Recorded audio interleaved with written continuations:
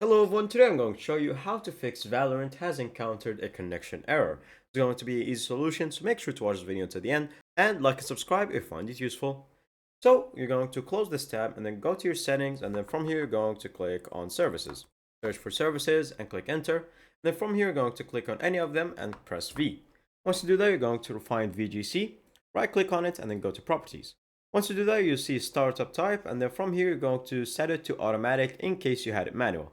If it's automatic, then go there, then go to OK. Then from here, you're going to right click and then click on start.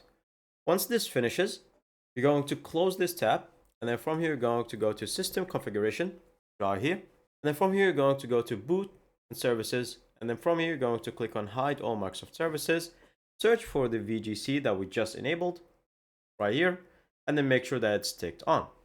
After that, you're going to click on OK, and that's pretty much it. Thanks for watching. See you next time. Bye bye.